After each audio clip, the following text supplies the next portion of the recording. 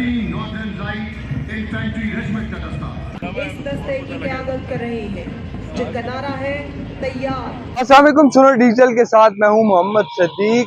28 मई 1998 पाकिस्तान की तारीख का एक अहम तरीन दिन, जब पाकिस्तान ने भारत का गुरूर खाक में मिला दिया था, यानी कि सूबा बलोचिस्तान के जिला चागी के मुकाम पर न्यूक्लियर धमाके करके भारत को एक तगड़ा जवाब दिया था और दुनिया में वाहिद इस्लामी ममलिकत बन गया था जिसने न्यूक्लियर हथियार का तजर्बा किया था। आज हम मुजफ्फराबाद में मौजूद हैं और मुजफ्फराबाद के शहरियों से बात करेंगे कि वो इस दिन के बारे में क्या कहते हैं और इस कामयाबी को कैसे देखते हैं। भारत जो अपने आप को एक बड़ी ताकत कहता है और दुनिया की तीसरी बड़ी ताकत जो अददी एतबार से है, और इसी तरह फ़िज़ाइया के एतबार से भी वो अपने आप को चौथी बड़ी ताकत क्लेम करता है।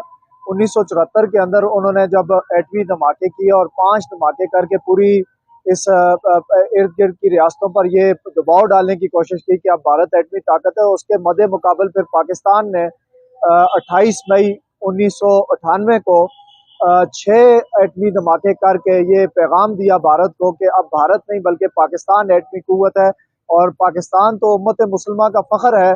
फिर वो उसने पूरी उम्मत की भी तर्जमानी की, जिसमें बिलखुसूस कश्मीरी जो भारत के जुल्म का शिकार थे गुज़श्ता कई दहाइयों से, फिर पाकिस्तान ने कश्मीरियों की तर्जमानी भी की। और आज जब हम 28 मई 2025 में खड़े हैं तो अल्हम्दुलिल्लाह जो चौथी भारत के साथ जंग हुई है वो पाकिस्तान ने जीती है और पाकिस्तान की जंग जीतने के बायस जो है इस वक्त पूरे कश्मीरी खुश हैं।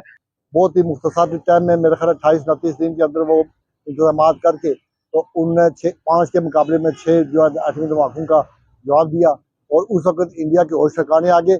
और उसी दिन की वजह से आज तक जो इंडिया के साथ हो रहा है वो सिर्फ और सिर्फ 28 मई की वजह से हो रहा है।